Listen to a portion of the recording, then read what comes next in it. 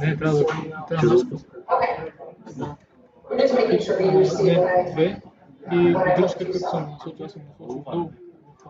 В смисъл не нагоре, защото иначе вентилацията плачка яко тогава ще става. Пут само долу, там ще виж разсмотрих на белия и отсегни само он копчето. Is it live now? We're good to go? Oh, cool.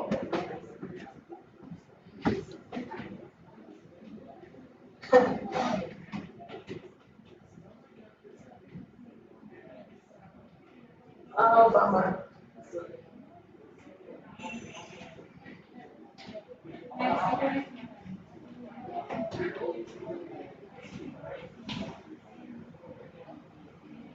Okay. Okay, so I'm going to take 30 seconds. Okay.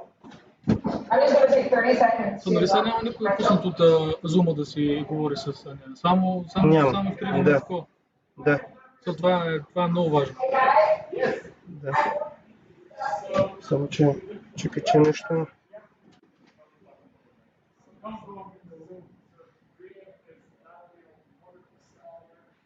Лайф, добре. Добре. Много хубаво. Да видим второто място.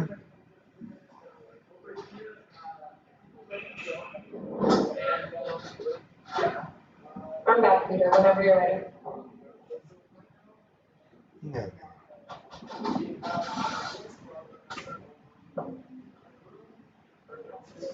Не, на едната страница го няма.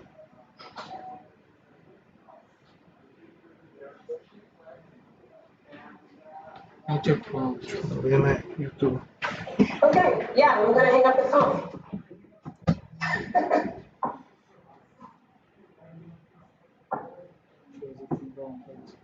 Okay. 25 мисля, че аз го Ама малко е такова. Дай му. Само до края. Да. 50%, защото не струва. Да. И някъде около 20%. It's weird as if I'm speaking into the void, but I'm trusting that you're there in the void hearing me. Which is kind of metaphoric for this conversation. Are we speaking into a void or not would be the question. So welcome to Dancing White. Is there room for us? I want to tell you more about who I am, but the first thing I feel like we need to do in this moment is kind of take stock of who we are, the people who have come this evening, the people who are participating in this. So I would like you to take a minute to grab something to write with. If you're the kind of person who prefers to kind of make a note in your cell phone, grab your cell phone and go to a notes page. But I would like you to write something down. So I'm going to give you a few seconds here to grab something to write down. And people who are gathered actually in the underground bar space, if you guys can gather together to talk to each other in this moment, that would be great. And if there are enough people to split into separate groups, do that. You want there to be enough time for everyone to talk. So don't let it be more than, groups of 8 or something like that. You want to be in small groups so people have a chance to talk. This is only going to be about 5 to 7 minutes that we're going to do this. But I want us to start with a reflection moment. I want to know, make a list of everything that you know about Black culture. So kind of to yourself, do that.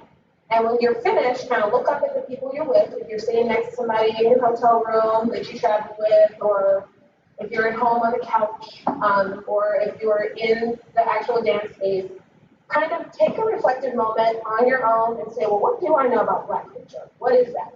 What do I know about Black, what it means to be Black? What is that? And make that list to yourself.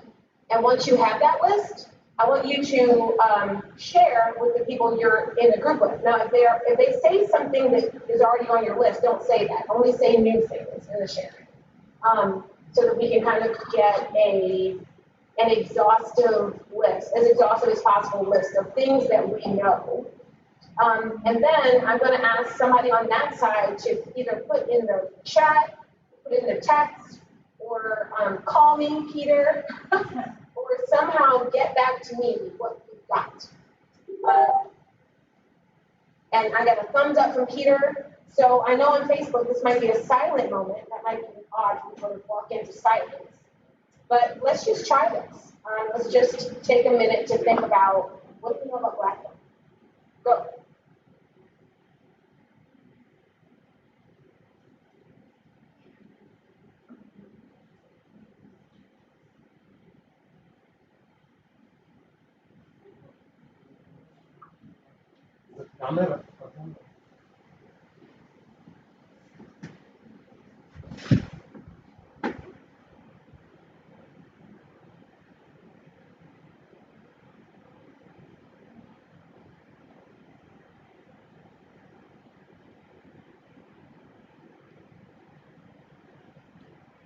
You guys, each of us, like, think some of the things as a group. Just let me know if you have a few ideas. Maybe in your minds, Bulgarian, they all like Black cultures. Rap, hip hop, whatever that case is, it could be anything. If you're just tuning in, or if you came in late, I'm going to just reiterate what the instructions for these few minutes are. We are making an exhaustive list of what we know about Black culture. You're making that list to yourself first, really just taking a minute to think, what do I know about Black culture? What is it? And then you're going to kind of turn and talk to somebody next to you, find somebody down the hallway in your hotel, or the people who are your housemates for this adventure, or the people that you're tired of being in your house with because of quarantine.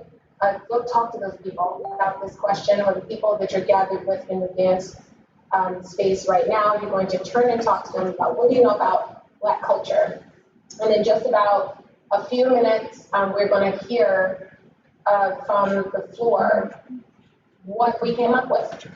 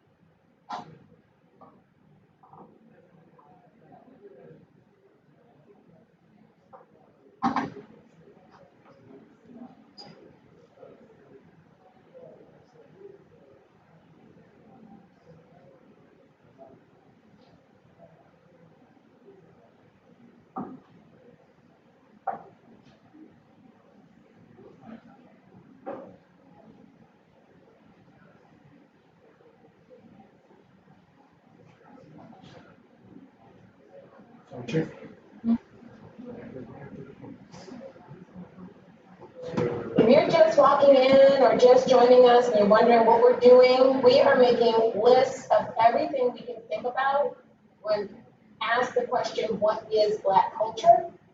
Or you're making a list to yourself, and then you're going to turn and talk to somebody about your list. See what you know between you, what other people affirm that you know. So there was a question from the floor, is Black culture in general or African American? That's a great question. I think that's something that you might know, that there's kind of different ways of looking at what it means to be Black. That sounds more like an answer than a question. So if I were to direct you in any way, I would recommend that you consider that as part of how you're responding. And then think about African American culture specifically, but don't forget that you knew something about what it means to be Black, and it had to do with varying ways of looking at that. So that is something that you know.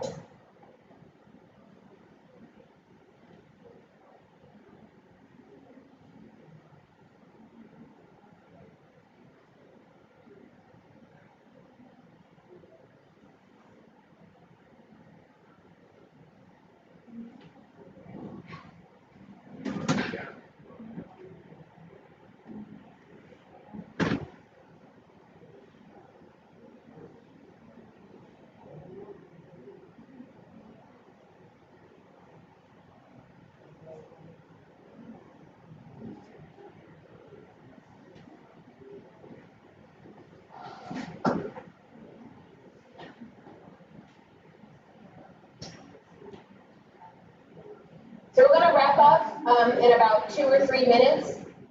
So if you could find Peter and bring him your responses, he will furiously text them to me, and I can kind of share them on your behalf over the loudspeaker. So guys, I'm gonna call up Breai, and then maybe kind of go around. If anyone can ask something to say, You might be wondering, why did she say black culture instead of African American? Oh, there's Peter calling. Here.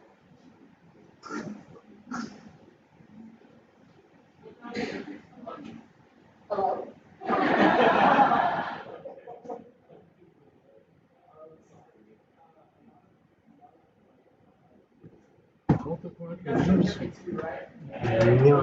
That's my answer. Maybe if I put you on speaker, then there we go. Let's see if this is terrible feedback or not. So, okay, not bad, not bad.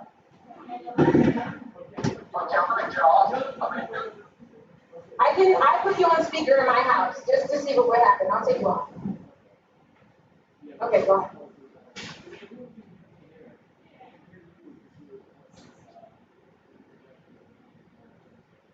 Okay.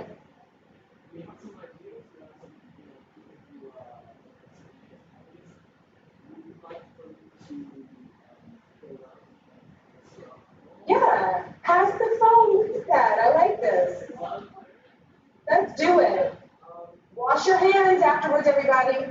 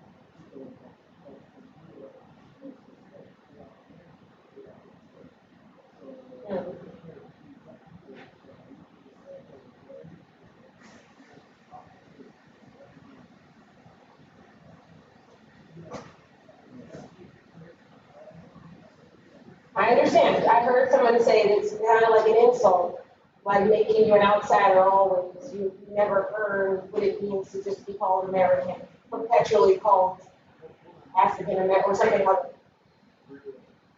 Yes?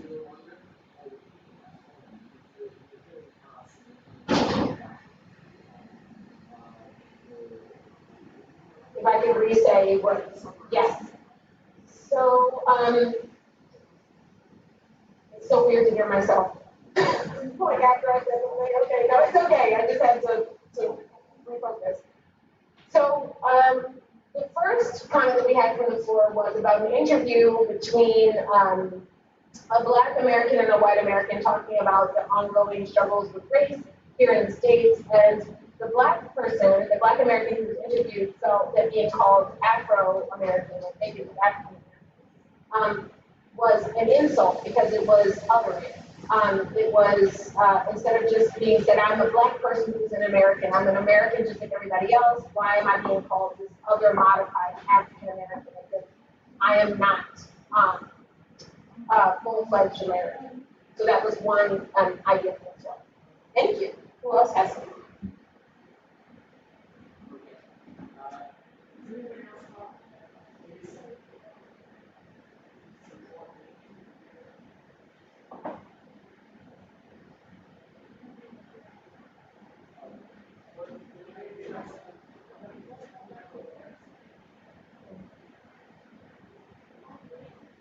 Hi.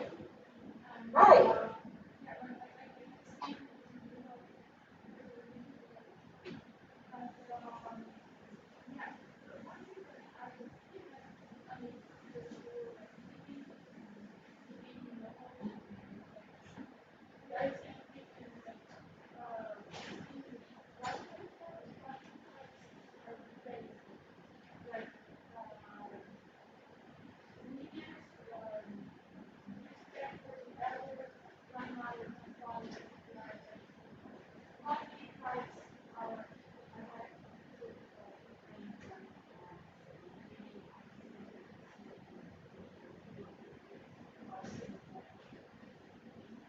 Okay, thank you. So the next comment that we had was about having learned through literature about the ties in African American families being particularly strong, a strong lineage, strong respect for elders, and that particular family idea about what family is perhaps different from what it is in white communities or in European culture.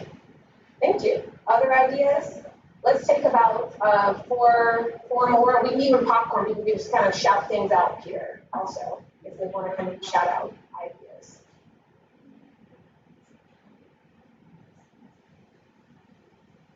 Sure.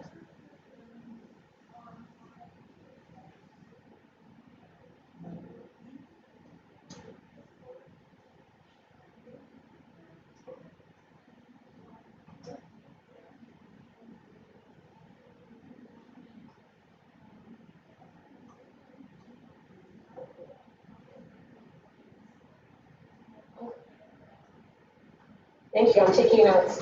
So we heard that Black culture isn't just about African Americans. It's people in Africa. It's people in Brazil, and that there are certain stereotypes about Black people being musical or good at sports or rhythmical. Thank you. Other ideas?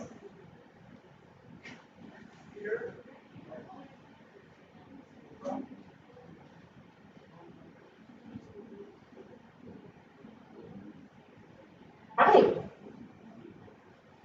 Hi.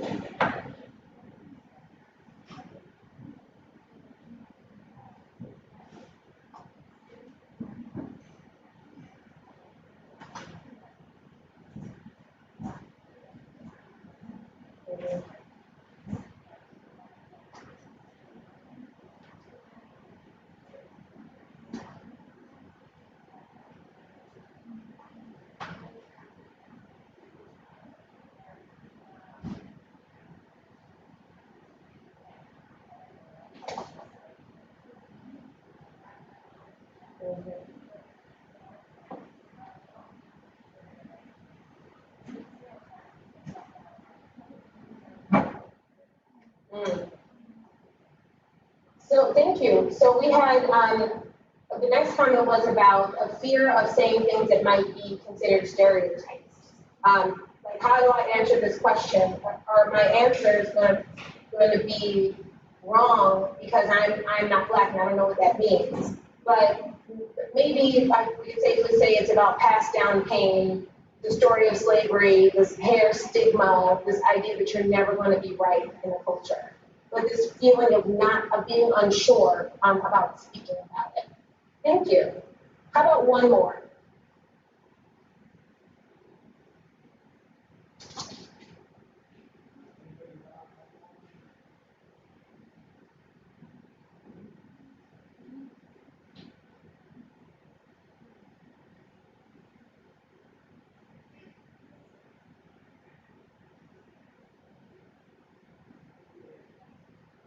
Hi.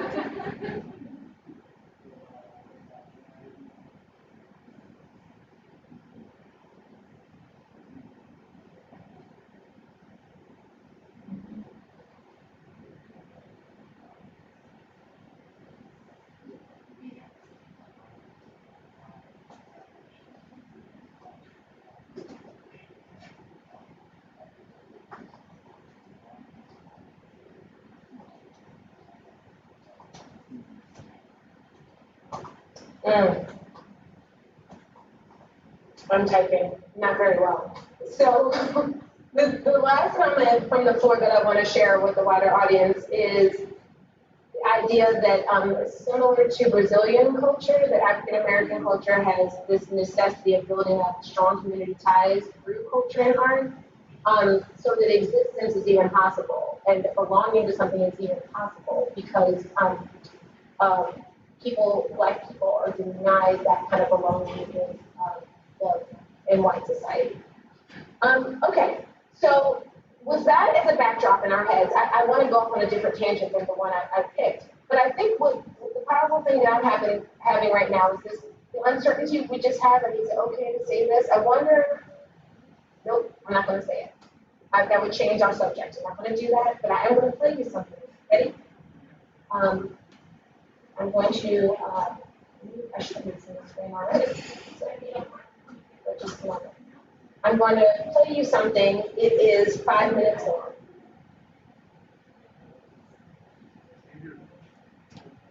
Injured?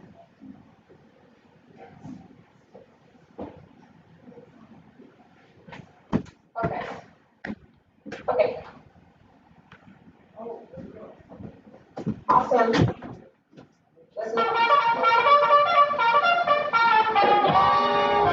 People needed dance music maybe more than ever because the country was in such doldrums. So I think people needed the escape going to the Savoy and to those other places to dance. They needed those bands. As an antidote to the Depression, I think swing music did as much as MGM musicals to help America through.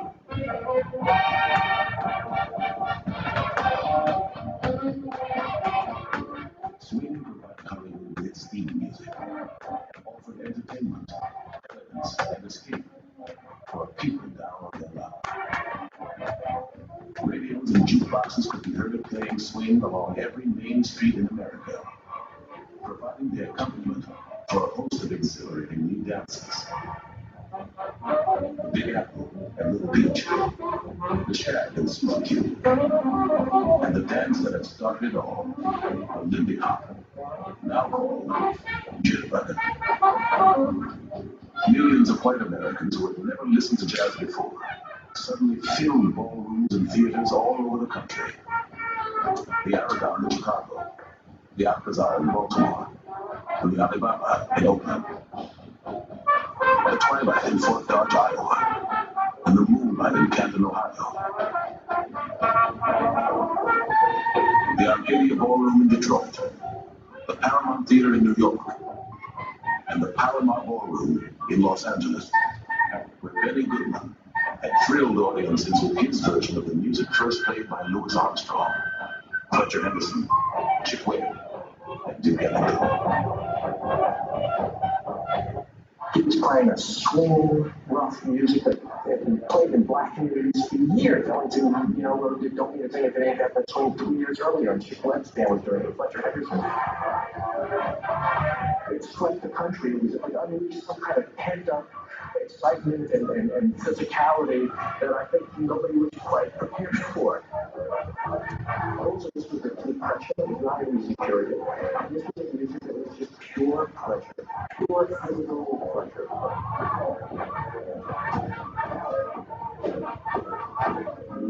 Van Gogh, around New York's down building, lines stretching for blocks. People dancing in the aisles. The response was spontaneous and happy. Swing was here.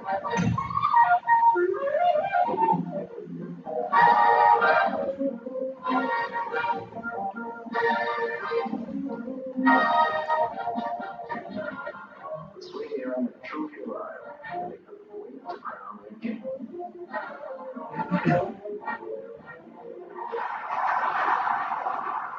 So one order was integrated.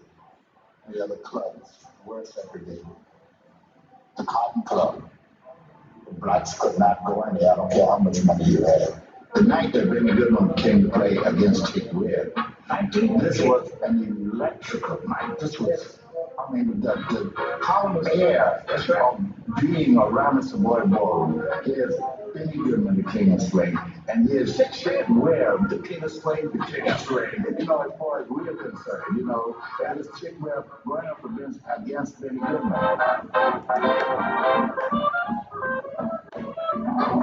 And when they get on the bandstand, this is when you can know which band is the best. By listening to them play the same arrangement. To me, terrific. I said the same thing here. I'm not saying this because it's Chick Ware or because I'm being prejudiced, but to me, I feel that Chick Ware, I swung Benny Goodman that night, because I saw guys on Benny Goodman bandstand with chick whoever was playing. I seen guys on there, they said this. They just shook their heads.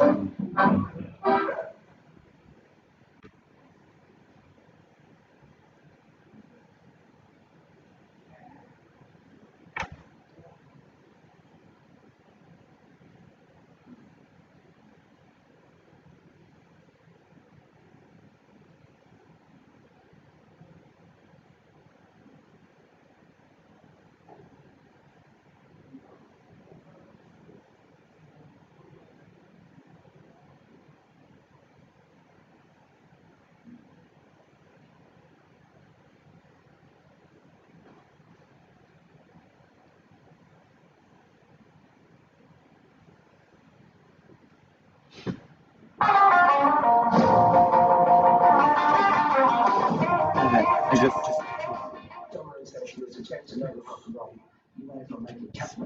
I know, no. No, I just wanted to close the thing for the video. That's why I yeah. But you keep.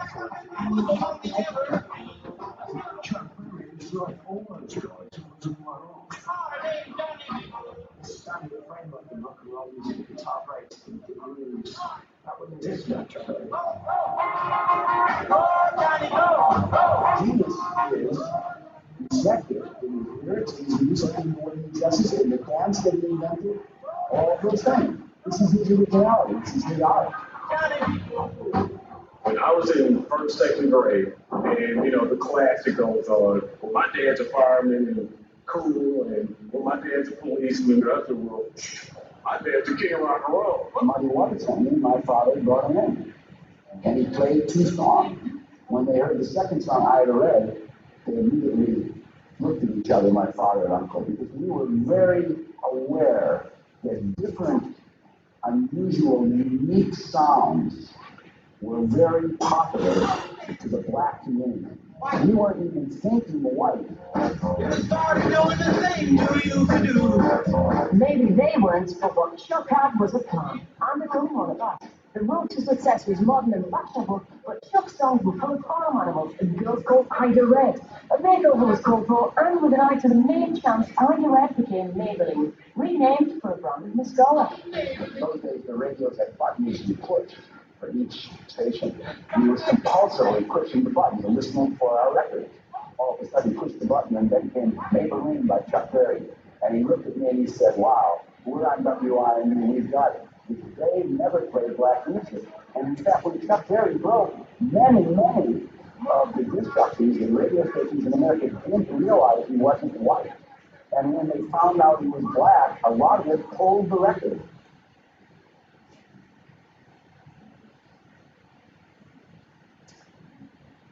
Okay. So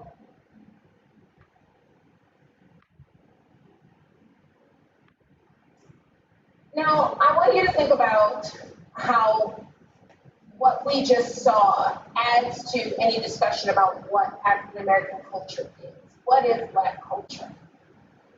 Just take another minute to turn and talk to your group. You just watched that. What new thing did you learn about Black culture from watching what we just watched? 2 minutes. 2 minutes, and I'll take one comment from the floor.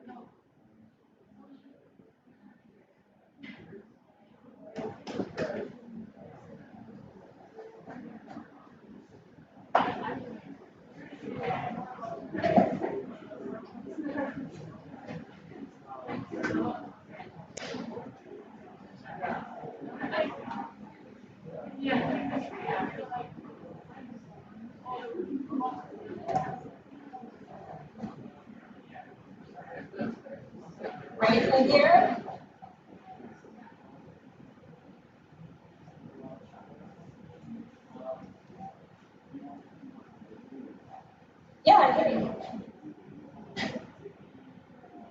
Yeah, if somebody has something to say, I would love to hear it.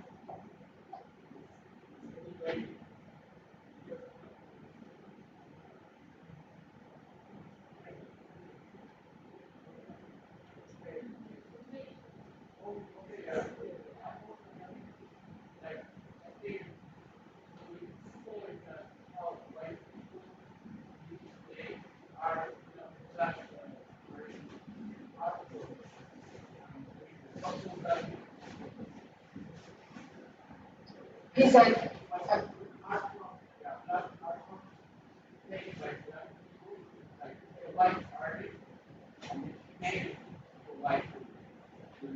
yes.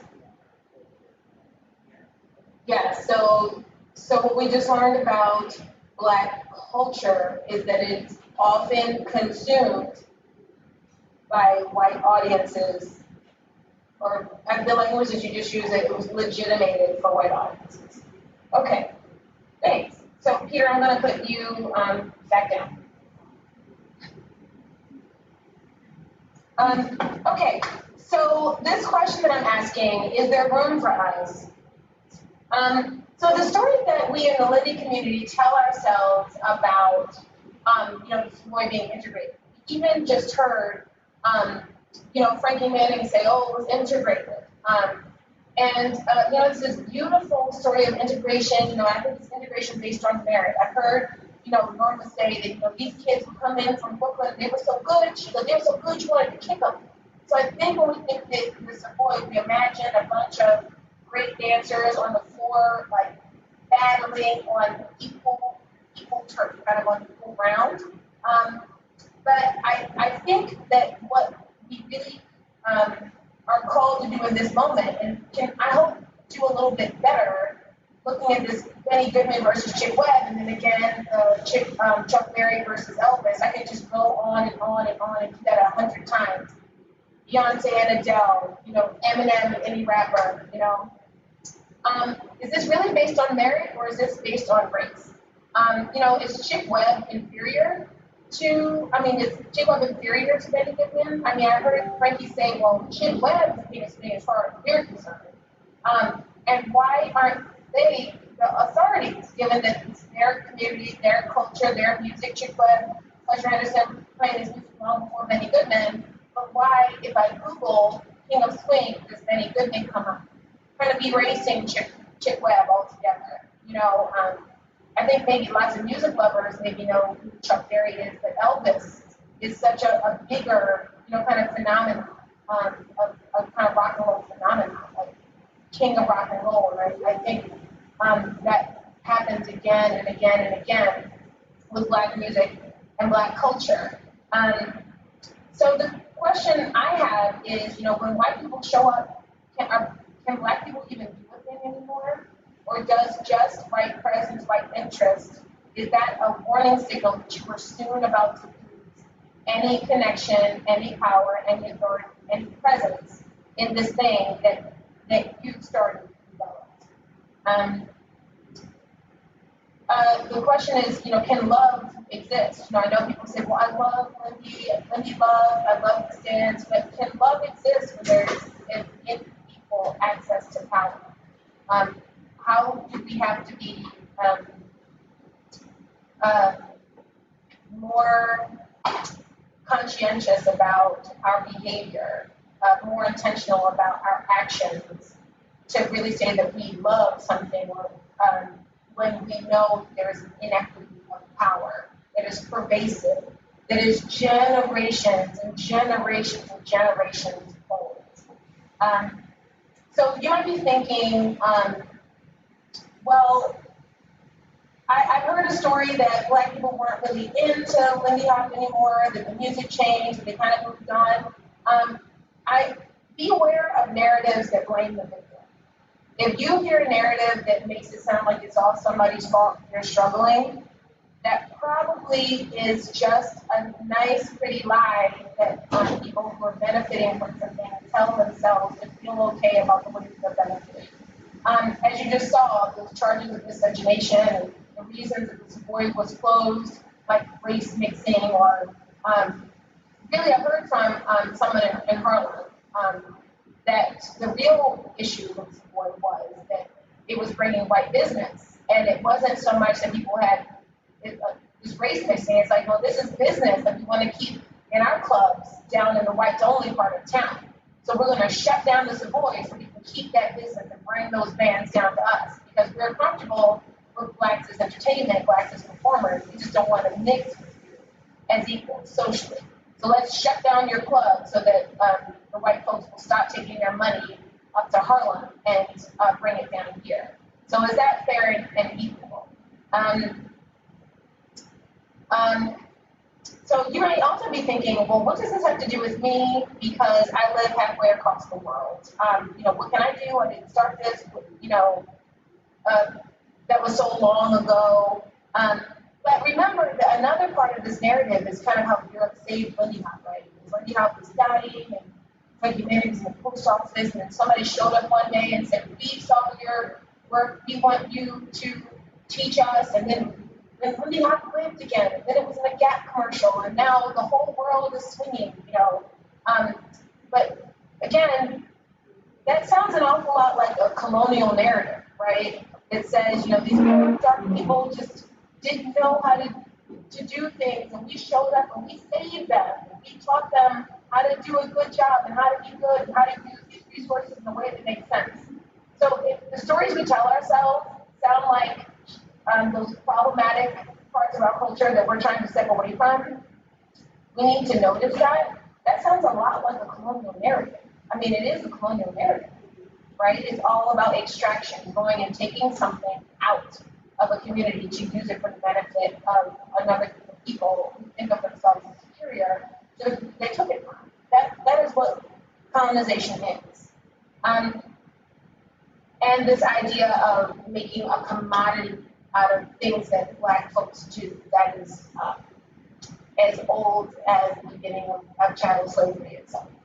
So I think the real issue is that between 1619, when the first enslaved Africans were brought to what we call the United States now, and 2020, not much has changed at all.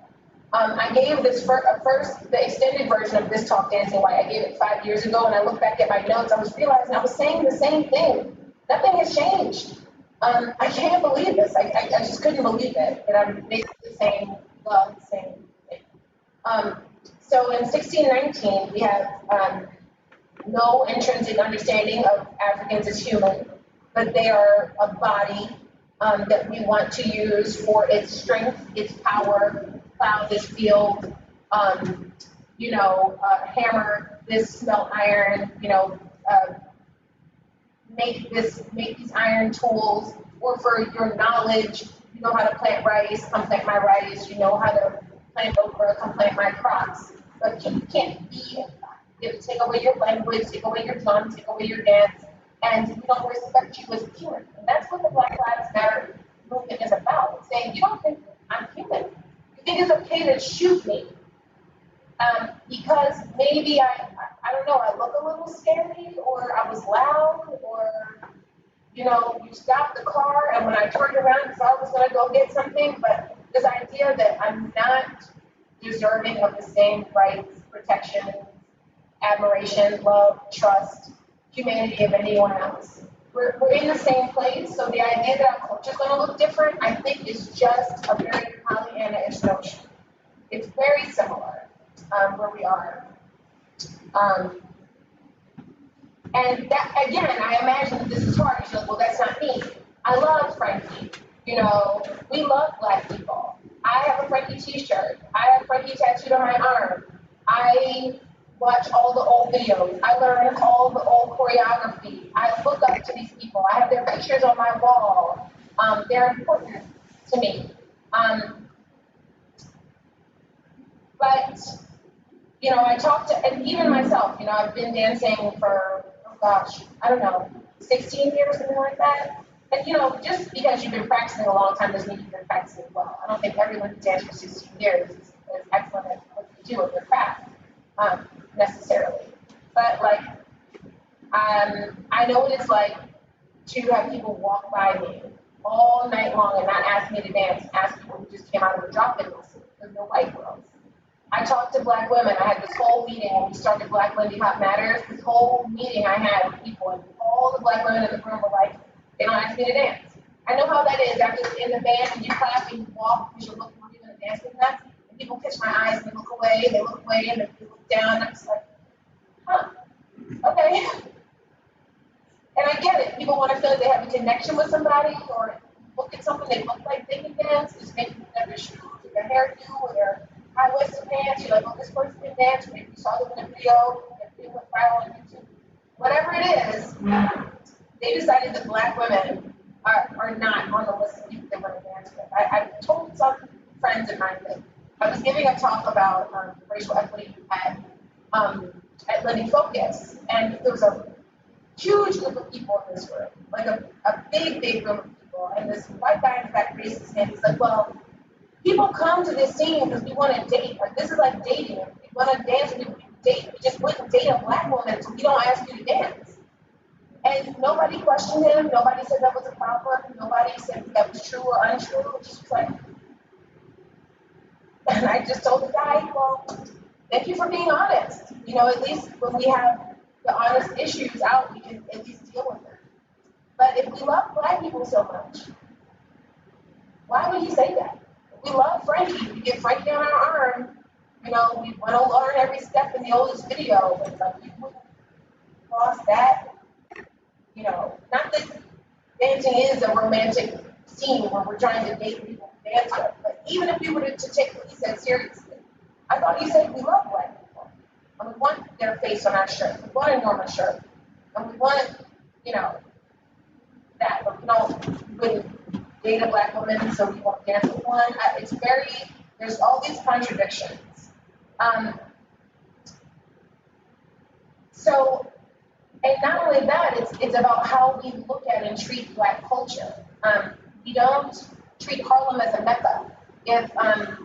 If you want to know about Lindy Hop and its beginnings, if you want to go back and look at all the old footage, why aren't we going to Harlem? Why isn't that like a must-go place in the Lindy portfolio? And I know people will say, well, there's no event there. You know, Julia Loving, check her out, check out what she does, or there's nobody there. What's really going on? It's just because we decided that,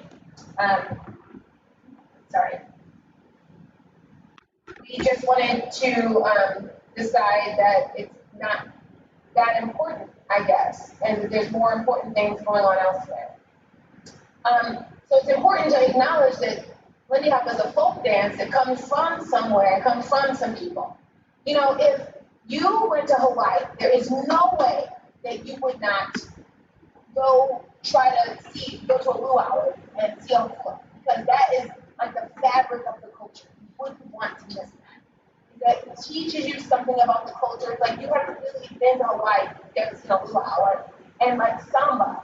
If you haven't experienced, heard a samba school play, you know, seen samba dance, like you've never really been to Brazil, or if you went to South Africa, didn't go see this majestic, incredible dance Zulu do. It's like you haven't even been. Why did you go? Why did you go all the way to South Africa and not see any Zulu dance? But you know, when it comes to Lindy Hop, do we have to go to Harlem to understand the culture and to meet those members of Mama Lou Park's troupe that are still living, and to meet people who've been carrying on the dance all this time? Because they're there. We decided that they don't exist. And it to me just reminds me of this whole thing with Elvis and Chuck Berry and Betty Goodman and Chick Webb, that really we like when a white face represents this way, because that's our relationship with blackness, especially American blackness, African American blackness. We are a commodity, and though chattel slavery is over, America and indeed the world's relationship with black people and what we create as a commodity has not been good. So I want to talk about this other concept that comes up a lot, which is like, okay, well, dance is art, right? And art is for expression. Anybody can express themselves any way they want. and that's really about who you are as a person. Well, let's look at two different ways of looking at art. So art as expression is this idea, but think about that expression being in a context.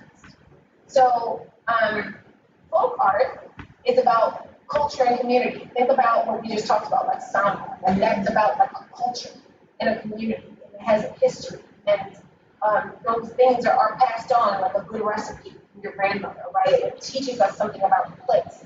The history and the humanity of the people is embedded in the culture. Me and my art is pop.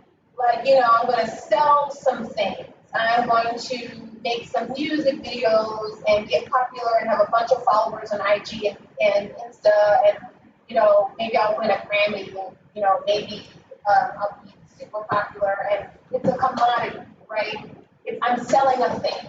How many followers you have? How many people are members of your, your clique, your scene, your school community? It's about dollars, right? You've got to have enough people to make this financially viable.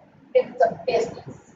Folk art and business art are not the same necessarily. Even though I know, you have Frankie and the Whiteys doing stuff like, World's Fair and Harvest Moon Ball and traveling to Brazil and all that stuff, making money off of their folk art. But people who've been to the islands, we see that, many indigenous people are kind of in this position where they're kind of pushed to the side of an island, where the nice beaches are owned by the foreign countries whose citizens come there to enjoy summer vacation. And they want to buy something that says they've been to Jamaica. So they want to go buy the wares of the, they want to get in the little jitney and go down to the folk art and buy little folk things to put up. So you've got this weird interplay. Oh, nice.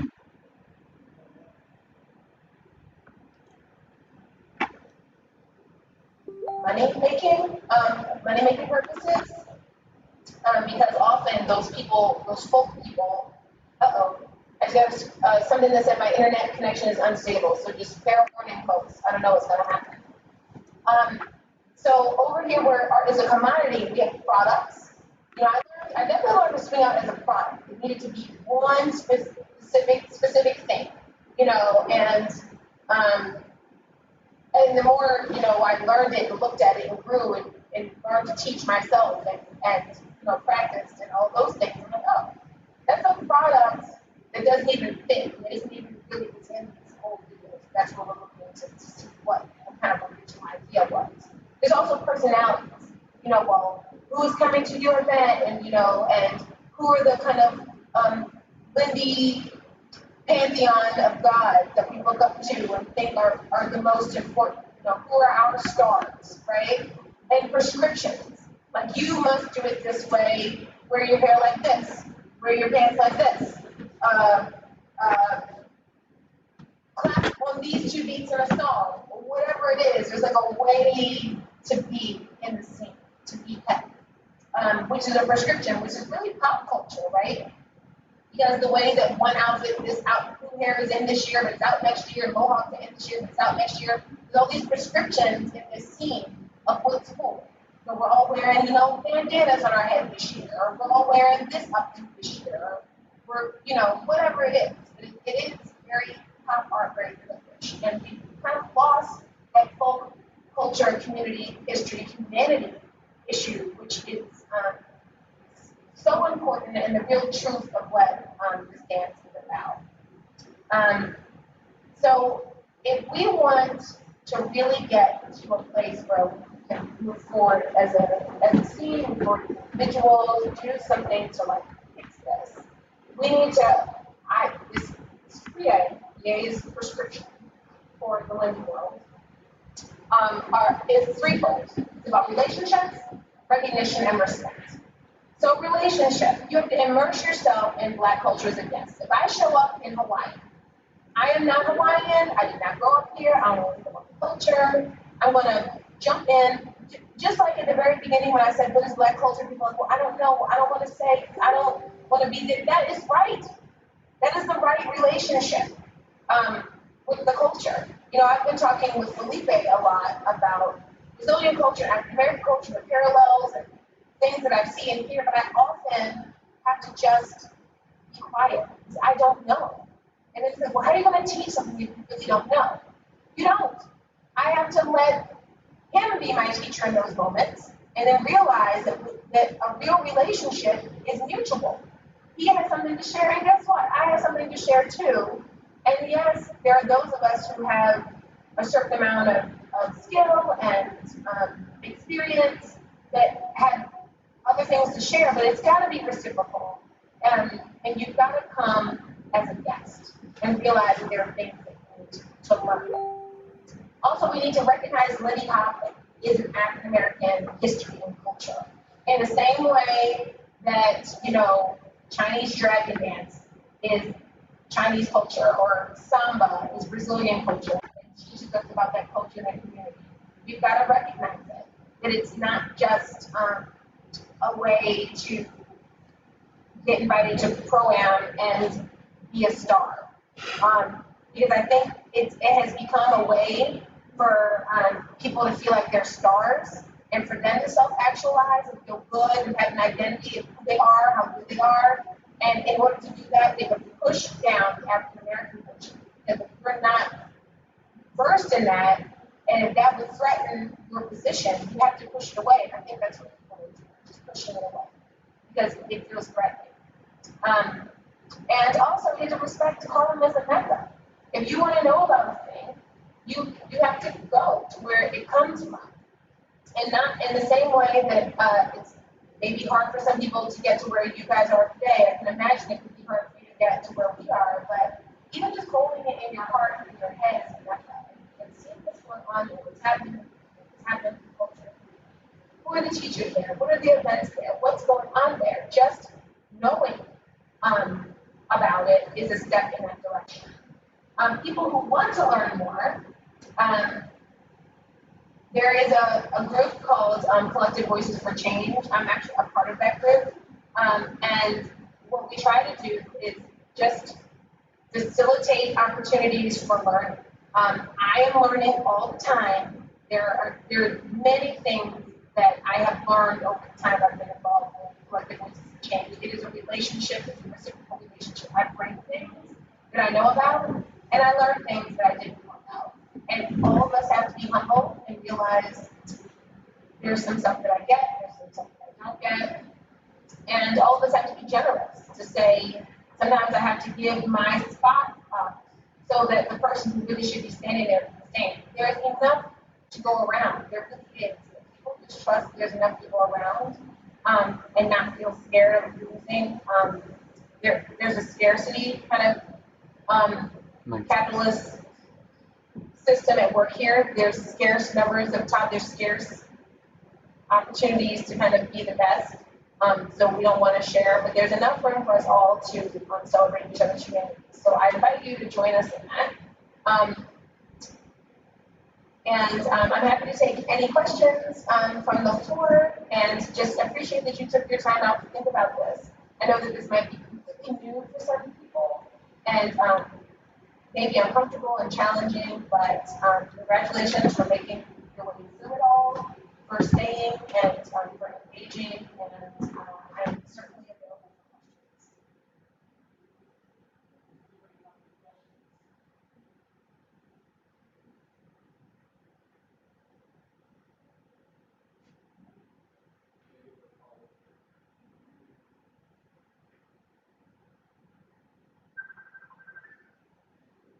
Hello.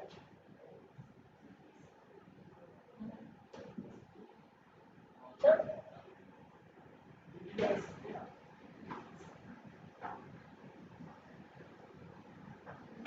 Hello. Hi. My name is. I have a question, but I'm afraid I will make the question that maybe it's not correct. It's okay. Okay. So you were telling that when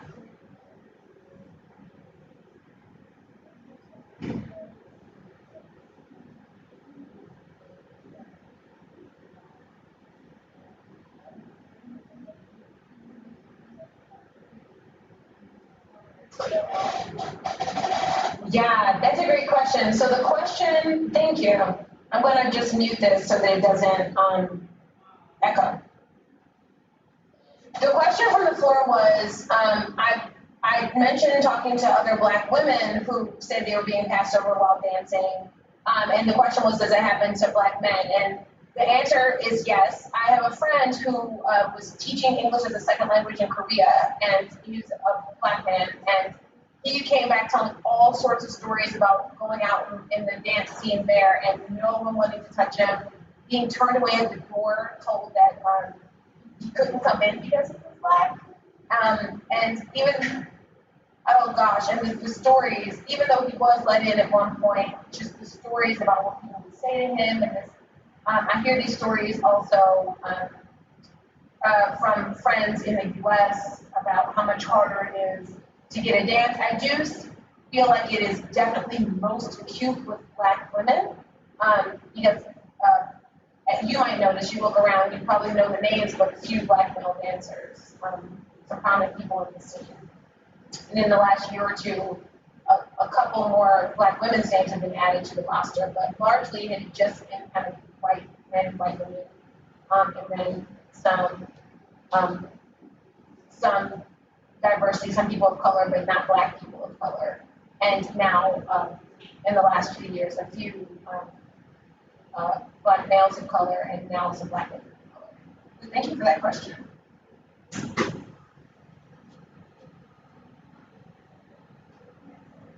I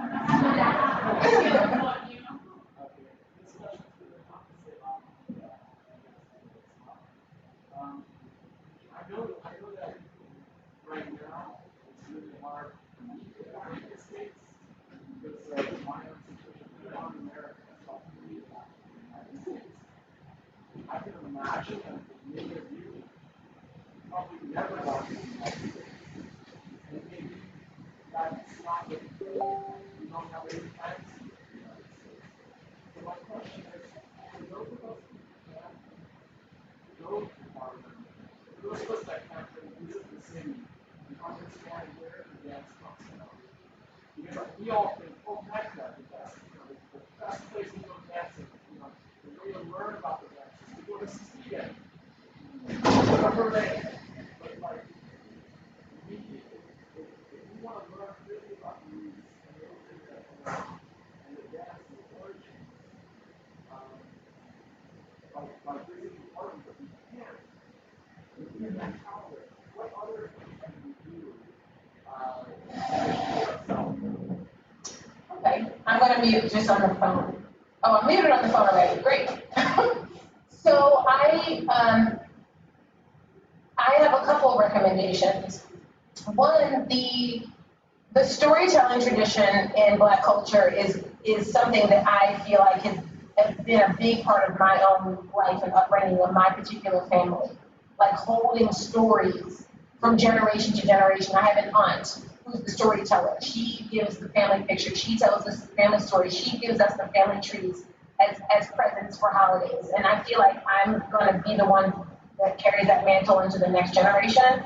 So, and I think that even if that's not particular to someone's family, I do feel like that is a common element of different Black cultures, not just African American cultures, but diaspora Black cultures.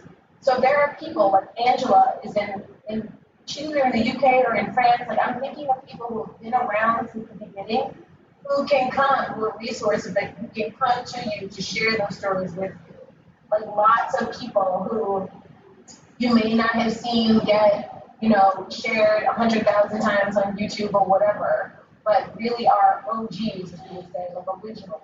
Like they go way back to the beginning of it. And I know there's been this kind of I hope that this is coming off differently than this, like, oh, hire her or hire Freddie, but identify one elder and kind of like drain them dry. That's not quite what I mean, because I don't want anyone to drain dry by this.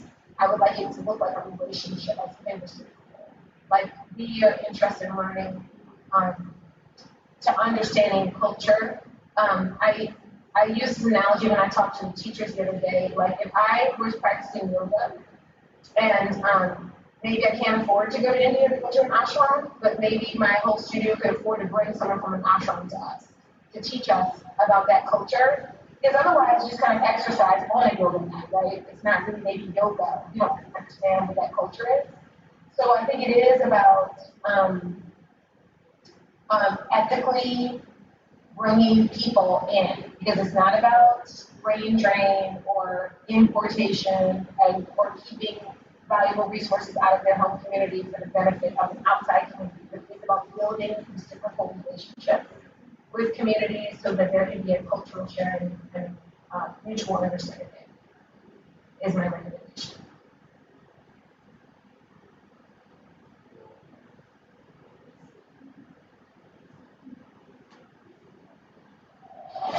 Oh, sorry, live audience. So the question was, no, it's okay. I should have said it. The question was people who can't travel, maybe people who have no plans to go to the U.S. or don't have the means to go to the U.S.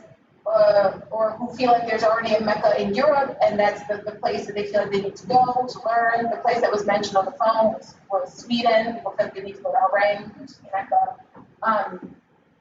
How can people in that situation learn about a culture if they can't get there? What would be other recommendations? So the answer that I just gave was in response to that question. I'm sorry I didn't mention the question first.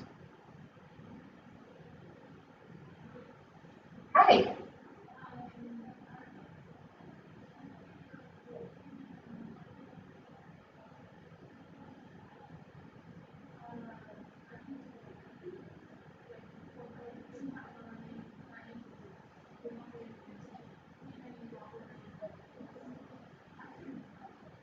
Mm-hmm.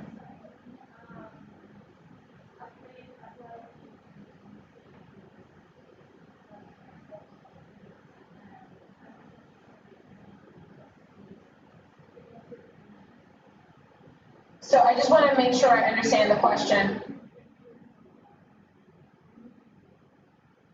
Okay, thank you for the reminder. So I want to make sure I understand the question. So you're asking me, what would affirmative action look like? Is that what you mean?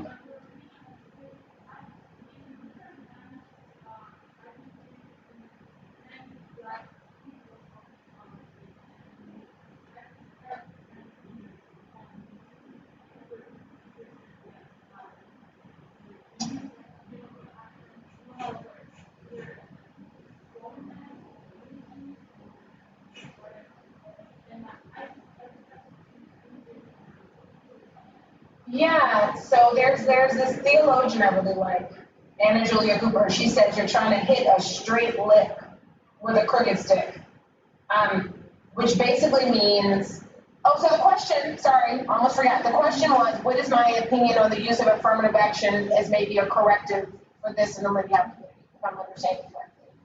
And I think, okay, so, oh boy. Okay, hang on. Let me see so I don't mess this up. So affirmative action, I always feel like I'm going to pull up a definition so I don't mess that up. The way I understand affirmative action, it's about a corrective. It's about saying this university has traditionally not allowed in students of color, or this agency, this business has not hired Black people. They claim that there's no qualified Black people, so we're going to say you have to hire at least 3 Black people for affirmative action. And then the blowback from that, like the negative outcomes of that have been the bad treatment of the Black people who are hired, because it's like, well, you're just hired not because you're good, because of affirmative action, or you're taking away the job of someone who's actually qualified. I am one person on a very big planet. I am one person. So all I can do is speak from my experience. I will say that I know firsthand what it is to have doors closed in my face, and I have a master's degree from Harvard. I feel like I did pretty well in school. I feel like I'm pretty smart, and still I get passed over for things. So my individual experience has been that despite being qualified, I get passed over. So that said, yes, I feel like having affirmative action in places is sometimes the only way you get through the door is to keep the door down or to demand that the door be taken down. I'm also a business owner, which means I'm often trying to hire other dancers to do things. And I have had a hard time personally finding qualified people when I'm looking because people have not had the same access to resources.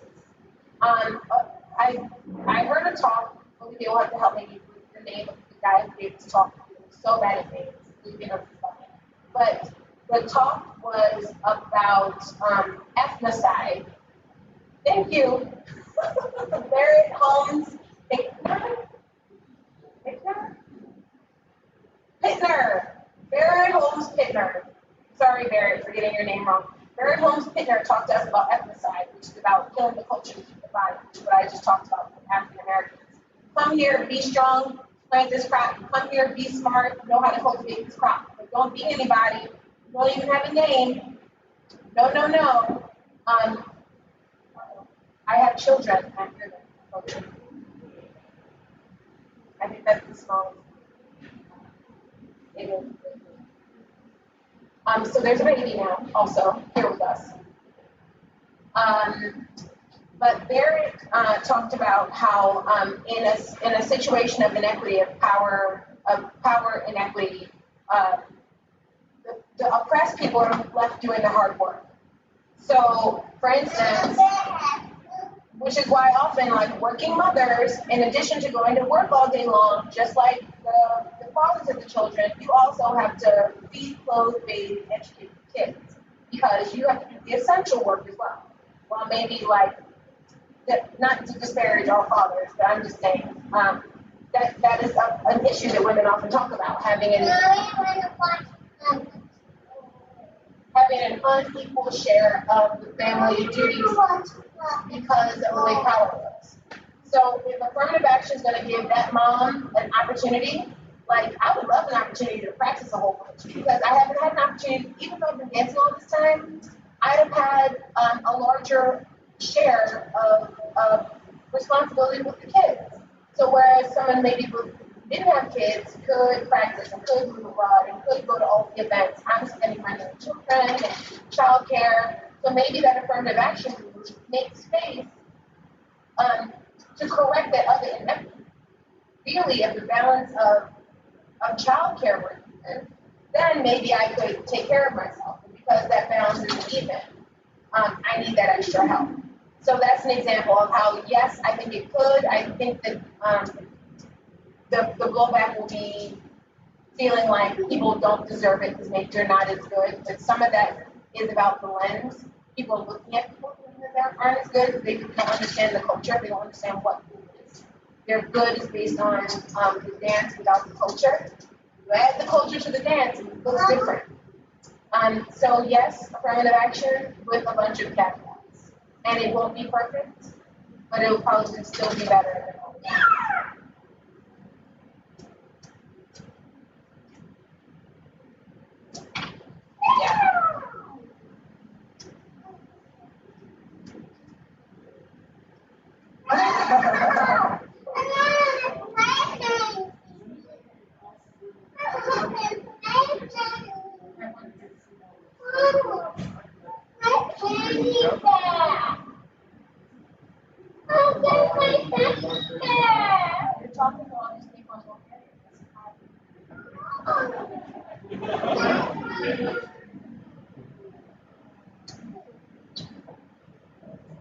Well,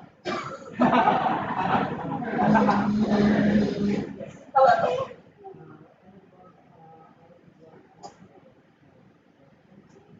Okay.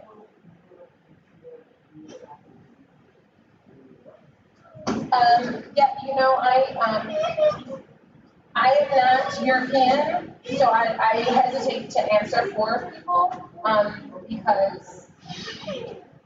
Oh yes, sorry, thanks. So the question was, do Black people in Europe consider themselves to be a part of the same culture? And what I said was, I hesitate to answer for people of whom I'm not, that I'm not European. But what I can say from what Marie and Jai said to me, which I felt really compelling, is like, you're not going to take my blackness from me. And I think one thing that sometimes Black Americans do is like, you guys have experienced slavery, and you don't understand, you're not one of us.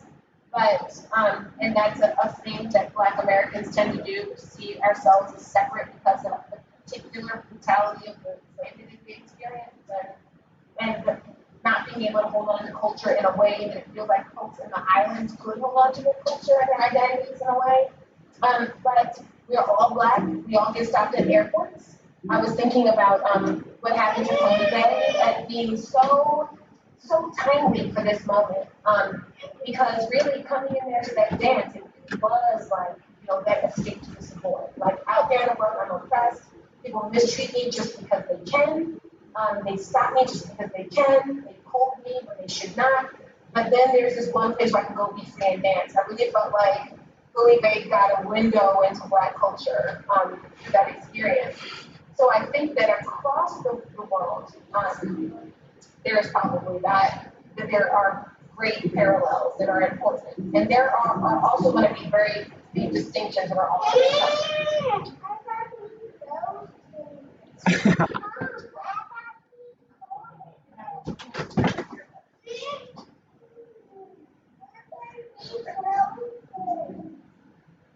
I hope that answered your question.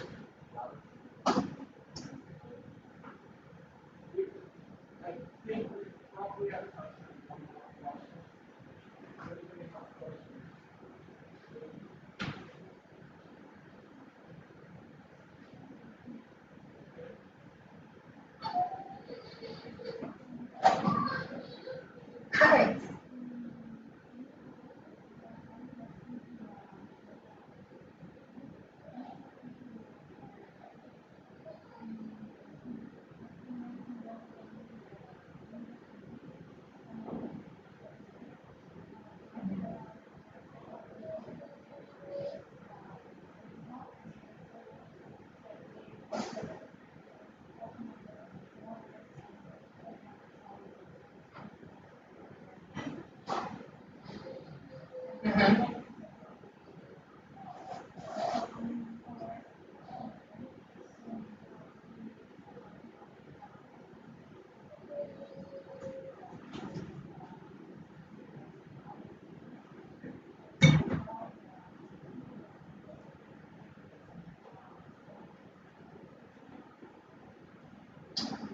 Thank you. So the question was, what is my opinion about why there are just a few Black dancers? There is a widely circulated philosophy about this, which is Black people don't see Lindy Hop as fashionable. They kind of moved on. They have interest in other dances. Thank you for that, because I'm glad to return to this. Again, I am one person, and I do not speak for all African American people. There's a lot of scholarship about Black culture being naturally evolving. That we do a thing, we get tired of a thing, we do a thing. We get tired of a thing, we do a thing. And that's been the way to kind of describe. I disagree with that as an academic, as a scholar. I say no. What I say is that we're disproportionately blank. In the way that other folks have great, long-standing connections with history and culture. I use Hebrew school as an example a lot. I have Jewish neighbors, and I went to school with a lot of Jewish girls, and even the agnostic ones went to Hebrew school. They learned their language, they learned their culture, they learned their history, they knew what it meant to be Jewish, and that was a part of their identity. Because of the way that racism works, especially in America, we often are unaware of things from just as much as one generation ago. In our schools, it's been illegal to learn about what it meant to be Black. I mean, kids now learn about like Dr. Martin Luther King, and they might learn about Harriet Tubman, but that might be all they know about Black people. They don't know about slavery and Dr. Martin Luther King and now Barack Obama, and that's it. And when you're that limited in the knowledge of yourself, think about it as if anyone understands like the immigrant experience. When you come to a country, it behooves you to teach your children the language of that country rather than have them focus on the language that was their native language, because what you need for them to do is be able to assimilate, get in, get a job, go to school. So there's this constant push for African American people to let go of culture to try to assimilate. And sometimes that assimilating is about doing something new things. So I don't think that it's about us having moved on and not being interested, because I'm interested in other things. I'm also interested in my history and my culture, and love Lindy, not just because, I love it because I love it. It feels so good and it's great, and it's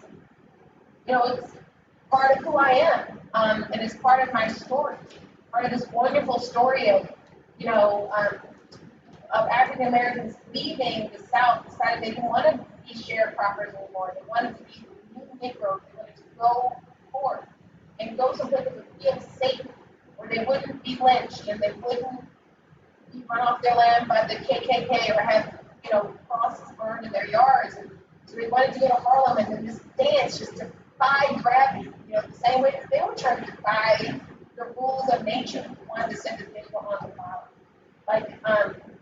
I'm not always consciously thinking all those things when I'm dancing, but the fact that there's this wonderful thing that my grandparents left to me, is such a gift.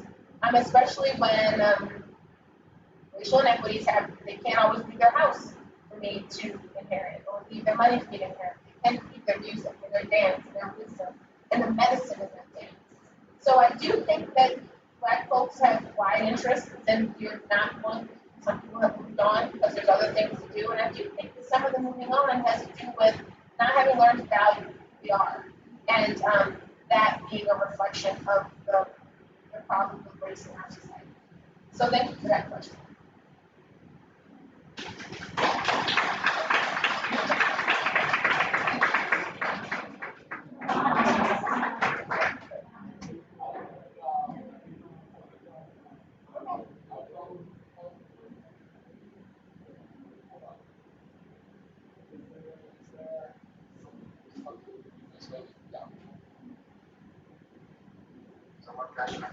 Yeah, sure.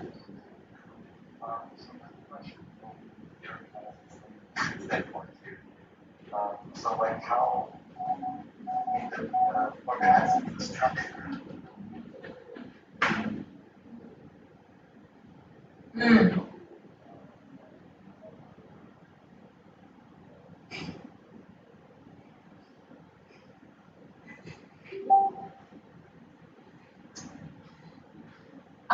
Okay, so the question came from the organizer, and I'm so honored to be asked this. But the question was, what can an event do to be more culturally competent? What is it about who I hire? Like, what do we do to, I think make events that are responsive to what it is I've been saying? So, thank you for caring about that. Thank you for extending the meeting another few minutes to give an answer to that question. I think that is leadership, and that is what we need. You made time for this conversation. You have questions. You are thinking in a room. I think all of those are first steps. I think anything I want to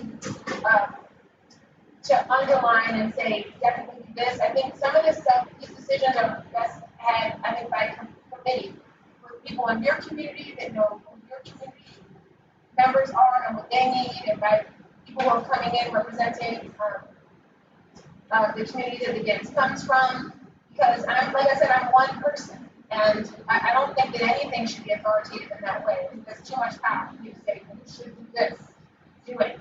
I think that some of that is the problem we've been having in Lindy, because we have these authorities that say, you win, you're in, you make it to the finals, you do not. You are a teacher, you are not. So there's sometimes power is in the hands, too much power is in one's hand. So I don't want that much power. I think these are committees. If I want a committee to talk about what events should do, I would certainly say, let's compile a list of Black and African American people who have been carrying this dance through generations. And